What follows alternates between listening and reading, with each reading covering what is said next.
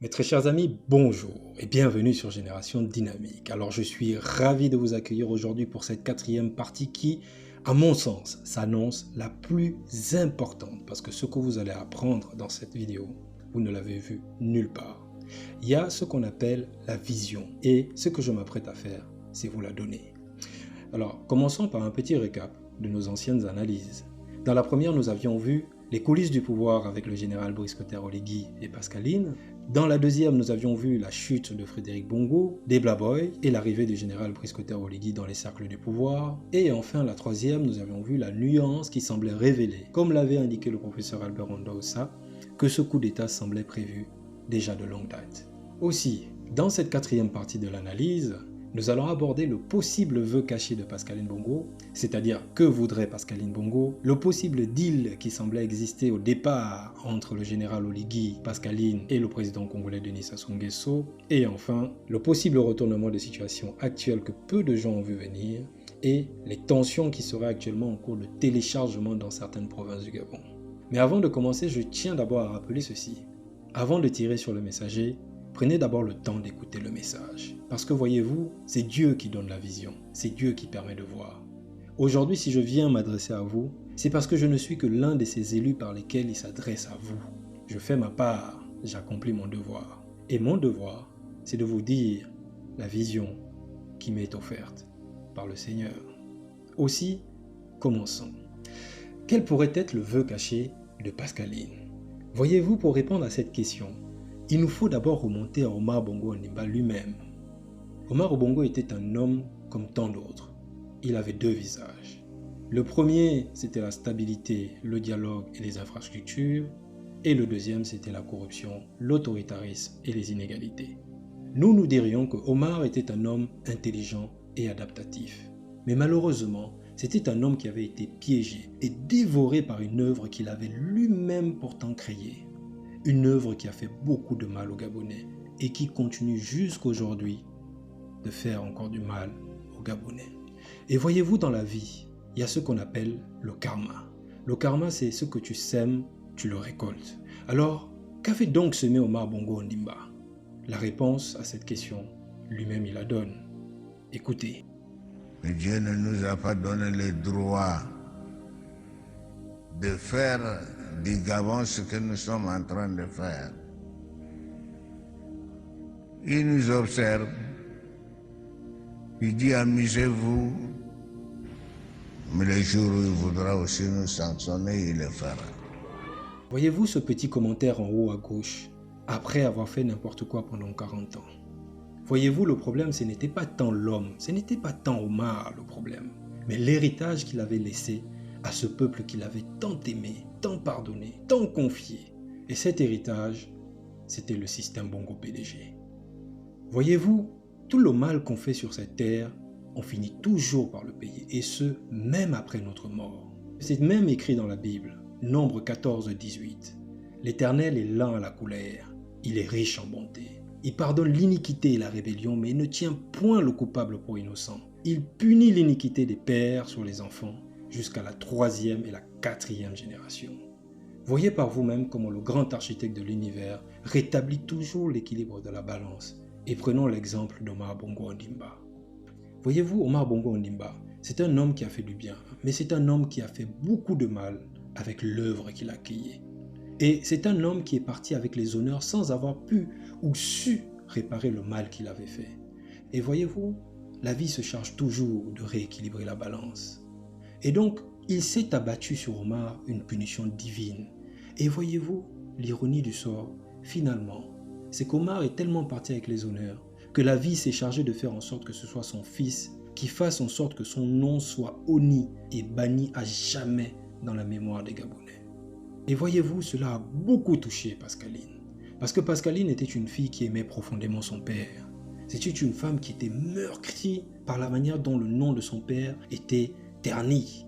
Et donc, voyez-vous, cette douleur, et la question qu'on se pose, c'est que est-ce que cette douleur ne se serait peut-être pas transformée en colère contre son demi-frère plus tôt?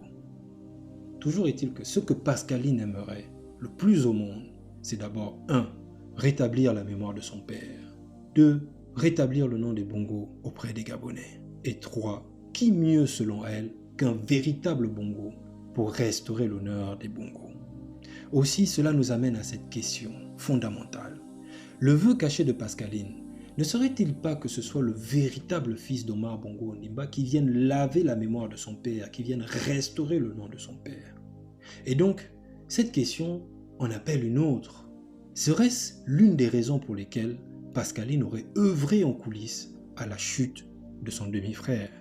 Parce que, même Jeune Afrique le dit, pourquoi Pascaline rassemblait-elle autour d'elle des mécontents d'Ali alors même que son frère était convalescent et que le pouvoir était vacant? Et donc cela nous amène encore à une autre question. Au regard des liens qui lieraient Pascaline à Brice, est-ce qu'au départ, au fondement de la chose, n'y avait-il pas quelque part un deal entre Pascaline et Brice Kotter-Oligui pour conquérir le pouvoir? Et ce deal n'était-il pas par hasard d'arracher le pouvoir entre les mains de la lignée des Valentins pour le remettre au véritable fils d'Omar Bongo Ondimba et accessoirement à certains caciques de la province du Haut-Ogooué? En tout cas, au début du coup d'État, tout semblait beau dans le meilleur des mondes. Souvenez-vous lorsque le président de la transition est allé voir le président congolais Denis Sassou Nguesso. Voici ce qu'il disait. Général de brigade, Brice Kotter-Oligui Nguema, président de la transition, chef de l'État de la République gabonaise. À vos ordres, monsieur le président Sassou. À vos ordres, monsieur le patriarche. À vos ordres, monsieur le président. À vos ordres, monsieur le patriarche. Qu'on le veuille ou non, est-ce que symboliquement, le président de la transition n'aurait-il pas remis la souveraineté du Gabon entre les mains d'un Congolais? Qu'est-ce que vous en pensez? Parce que Oligui, le président de la transition, était le détenteur de la souveraineté du Gabon. Et donc, lorsqu'il dit à vos ordres à Sassou, c'est comme s'il prenait les clés du Gabon, c'est comme s'il prenait la souveraineté du Gabon, qu'il donnait cette souveraineté du Gabon à Denis Sassou Nguesso. Or, Denis Sassou Nguesso, c'est qui? C'est le grand-père de Junior Bongo Ondimba. Et donc, la question qui se pose, c'est qu'en remettant les clés à Denis Sassou Nguesso, est-ce que le président de la transition ne remettait-il pas, par l'entremise de Pascaline, les clés du Gabon à Junior Bongo Ondimba? Laissez-nous un commentaire pour nous dire ce que vous en pensez. Mais voyez-vous, le Gabon est un pays magique. Chaque fois qu'on dort, on se réveille, il y a toujours un nouveau dossier. Et avec les choses du Gabon, on pourrait créer une série à succès tellement les choses de ce pays dépassent. C'est magique. Parce que figurez-vous qu'il y aurait eu quelque part un rebondissement. Il semblerait finalement que le président de la transition ait décidé de garder les clés pour lui. Et ça, je pense qu'il ne s'est pas fait que des amis. Nous allons le voir ensemble. Mais d'abord, petit récap. Nous avons vu le vœu caché de Pascaline Bongo. Nous avons vu qu'il était possible qu'il y ait eu un deal entre Brice Kotter-Oligui et Pascaline pour conquérir le pouvoir. Maintenant, tenez-vous bien. Nous allons voir ensemble ce qui se jouerait actuellement au Gabon. Et là, je vais vous demander d'être très attentif. Là, le président lui-même vous le dit à travers la parabole de l'oncle, le neveu et le gibier. À travers cette parabole, il nous apprend trois choses. La première, c'est ce que le neveu est venu faire, ce qu'il demande et ce qu'il dit implicitement. Dans la parabole de l'oncle, le neveu et le gibier, vous l'aurez compris, l'oncle, c'est le professeur Albert Ondorosa, le neveu, c'est Brice Kotter-Oligui lui-même, et le gibier, c'est le pouvoir. Écoutons le président de la transition sur ce qu'il est venu faire. Tous autant que vous êtes de la famille. Je vous écoute et je vous suis.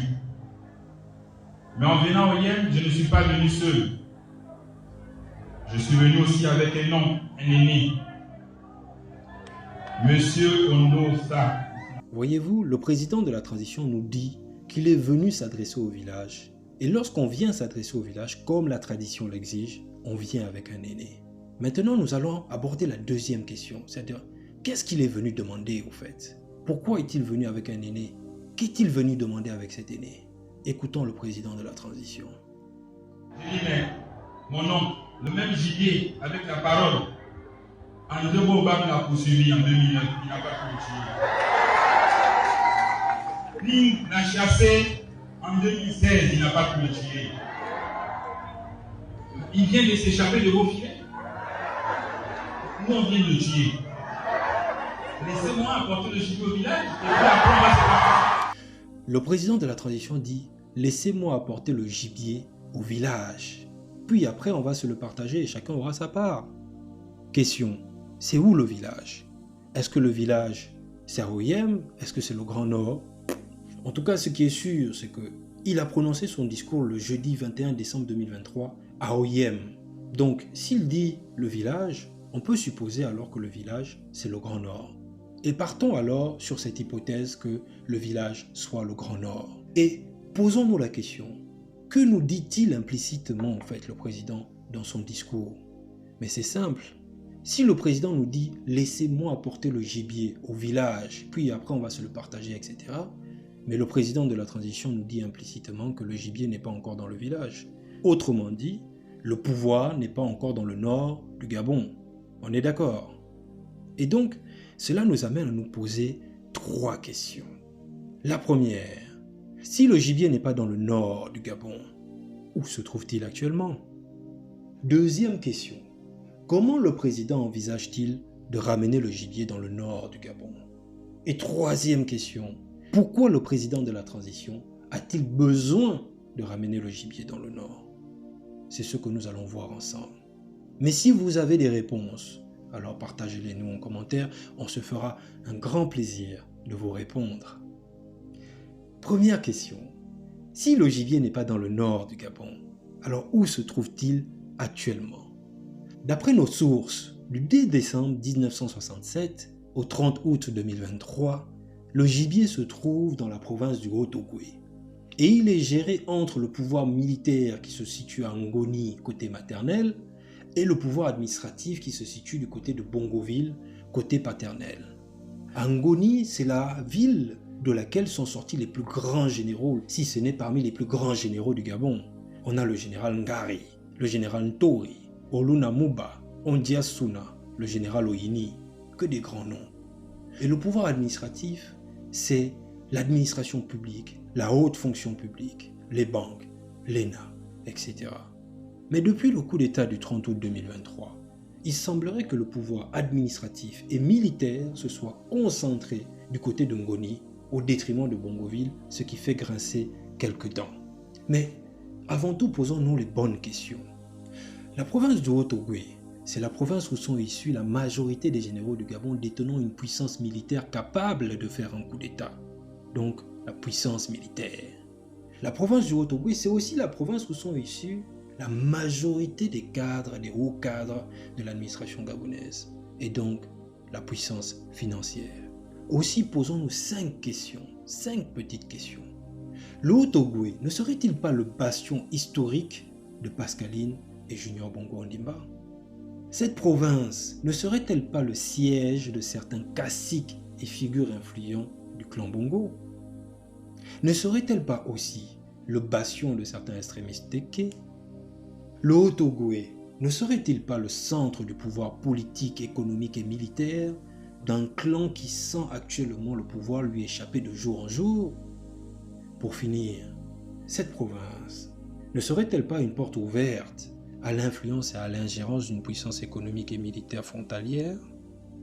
Si vous avez des réponses, donnez-les nous en commentaire. Toujours est-il que, passons à la deuxième question. Et cette question c'est, étant donné que le gibier est, semble-t-il, dans une zone à risque, comment le président de la transition envisagerait-il de le ramener dans le Grand Nord?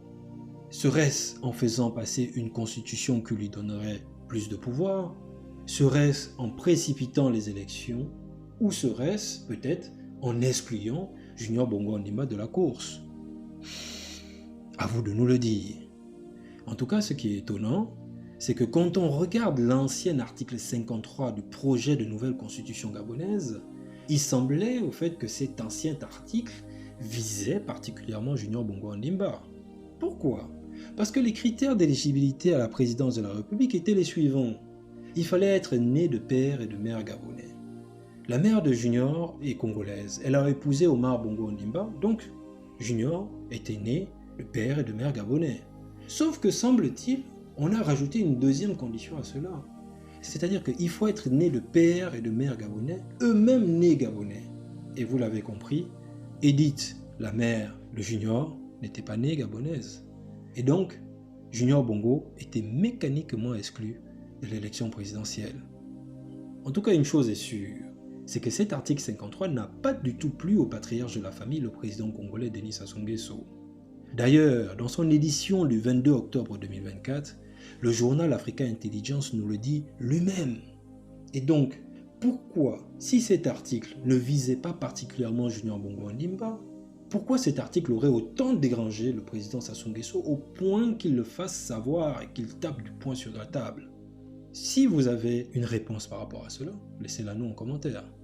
En tout cas, ce qui est sûr, c'est que il semblerait en tout cas que la colère du président Denis Sassou Nguesso ait été entendue.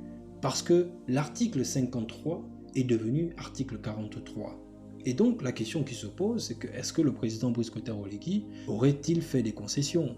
Parce que dans l'ancien article 53, il fallait être né de parents gabonais, eux-mêmes nés gabonais. Dans la version finale, il faut être né gabonais d'au moins un parent gabonais, lui-même né gabonais. Et donc, tout de suite, les voyants sont verts maintenant pour Junior Bongo Ondimba, parce qu'il a au moins un parent gabonais. Deuxième critère, il faut être de nationalité gabonaise unique et exclusive. Mais ça, Junior Bongo Ondimba peut ensuite, comme le dit en dessous, renoncer à sa nationalité 3 ans avant l'élection, donc les feux passent orange. Il faut avoir entre 35 et 70 ans. Aujourd'hui, il me semble que Junior a 30 ans, dans 5 ans, il aura 35 ans. Il faut être marié à une Gabonaise née d'au moins un parent gabonais. Aujourd'hui, le président de la transition nous a montré qu'il est possible d'épouser 2 femmes. Donc quand bien même Junior, aujourd'hui, n'est pas avec une Gabonaise, qu'est-ce qui l'empêche demain d'épouser une Gabonaise? L'autre critère, c'est que, bon, vous l'aurez compris, les autres critères, c'est qu'il faut résider au Gabon sans discontinuer pendant et conjoint, voilà, vous avez compris. Mais la question qui se pose, c'est que le président de la transition aurait-il fait des concessions ou serait-ce selon vous une stratégie juste pour faire genre? Parce que le titre 10 du nouveau projet de constitution qui parle de la révision de la constitution nous dit quoi? L'article 167 de cette constitution nous dit que le président de la République peut décider de recourir à la modification de la constitution par voie parlementaire pour l'adoption d'une proposition ou d'un projet de révision de constitution. En gros, grosso modo, en fait, une fois qu'il est élu, il peut modifier la constitution. En fait. Il n'a même pas besoin de passer par un référendum. Si les parlementaires que sont le Sénat et l'Assemblée nationale lui sont favorables, il modifie la constitution simplement. Et donc, ce qui est intéressant, c'est que aussi l'article 83. L'article 83 nous dit quoi? Nous dit que ne peut faire l'objet d'aucune révision la forme républicaine et décentralisée, le caractère pluraliste, séparation des pouvoirs, nombre de mandats, etc., l'amnistie des acteurs du 29 août, etc. Cet article nous dit tout, mais cet article ne dit pas au fait qu'il n'a pas le droit de modifier les critères d'éligibilité à la présidence de la République. Donc ça veut dire qu'une fois qu'il va être président, il peut demander aux parlementaires de modifier la Constitution et de modifier les critères d'éligibilité. Et donc, la question qui se pose, c'est est-ce que le président de la transition a fait des concessions ou est-ce simplement un rétropédalage stratégique? Laissez-nous votre avis en commentaire pour nous dire ce que vous en pensez. Toujours est-il que ça nous amène à la troisième question. Pourquoi le président a-t-il besoin de ramener le gibier dans le nord du Gabon? Voyez-vous, beaucoup de gens mettent l'accent sur le tribalisme. Oh, les Fans. Oh, la communauté Fan. Oh, c'est notre tour. Oh, etc. Mais moi, je voulais vous demander, est-ce que cela n'irait pas plus loin que cela? Aussi, j'aurais 7 questions à vous poser. Premièrement, est-ce que le président de la transition ne chercherait-il pas plutôt des alliés lui permettant de désamorcer ce qui est en train de chauffer là-bas dans le G2, justement parce qu'il n'aurait pas respecté le départ? Aussi, le président de la transition ramènerait-il le gibier dans le nord parce qu'il aime les gens du nord ou chercherait-il simplement à conquérir le pouvoir? Par conséquent, une partie de la communauté nord du Gabon ne serait-elle pas en train de se faire instrumentaliser aux fins de conquête du pouvoir? Ce faisant, quand le président de la transition aura le gibier, est-on sûr qu'il ne se retournera pas ensuite contre certains des membres de cette communauté? Et inversement, des extrémistes, il y en a partout. Il y en a au nord, au sud, à l'est, à l'ouest. En voulant désamorcer certains extrémistes du sud-est, le président ne risque-t-il pas de se jeter dans la gueule de ceux du nord? En définitive, Une fois que ces extrémistes auront obtenu ce qu'ils veulent, ne finiront-ils pas par se retourner contre le président de la transition? Et en conclusion, ce qui fait la force du président de la transition, à savoir sa double culture G2, G9, n'est-il pas précisément ce qui risquerait d'entraîner sa chute? Nous sommes arrivés à la fin de cette analyse et je tiens à rappeler que je ne suis pas un politicien et je ne fais pas de politique. Vous savez, quand Dieu vous donne un don, il est de votre devoir de faire en sorte que ce don puisse profiter au plus grand nombre. Sinon, vous allez avoir des problèmes avec Dieu. Beaucoup de personnes ont des dons, mais que font-ils de ces dons? Les mettent-ils à disposition du plus grand nombre? Aussi vous dirais-je, vous avez chacun d'entre vous des dons et des talents. Et ces dons et ces talents, Dieu vous les a donnés pour que vous puissiez vous mettre au service de vos concitoyens, que vous puissiez le leur partager. Faites également votre part. En conclusion, nous avons vu le possible vœu caché de Pascaline Bongo Ondimba, à savoir qu'est-ce qu'elle souhaiterait. Nous avons vu aussi le possible deal de départ entre Pascaline Bongo et Brice Oligui. Et enfin, nous avons vu le rebondissement et ce qui se jouerait actuellement à venir au Gabon. Je tiens à vous remercier pour votre attention, car votre soutien nous est précieux. Et c'est fou de voir comme la communauté gabonaise est en train de s'éveiller, en train de grandir. C'est magnifique, c'est beau. Aujourd'hui, les gens se posent des véritables questions. Et on sent que nous sommes rentrés dans l'ère du Verseau, parce que les gens commencent à se réveiller, à voir, à comprendre beaucoup plus. Quel est notre rôle? Quel est notre devoir? C'est d'être des bons citoyens, d'œuvrer pour notre pays. Et par cela, il faut travailler, il faut éveiller les consciences, il faut œuvrer, quel que soit ce qu'on fait, à faire notre part. Il ne s'agit pas simplement de lancer la pierre sur un gouvernement, lancer la pierre sur un président. Qu'est-ce que nous faisons en tant que Gabonais pour pouvoir améliorer notre pays? N'oubliez pas de liker, de partager et de vous abonner. Et surtout, ne manquez pas nos prochaines vidéos. Je vous remercie et vous dis à très bientôt.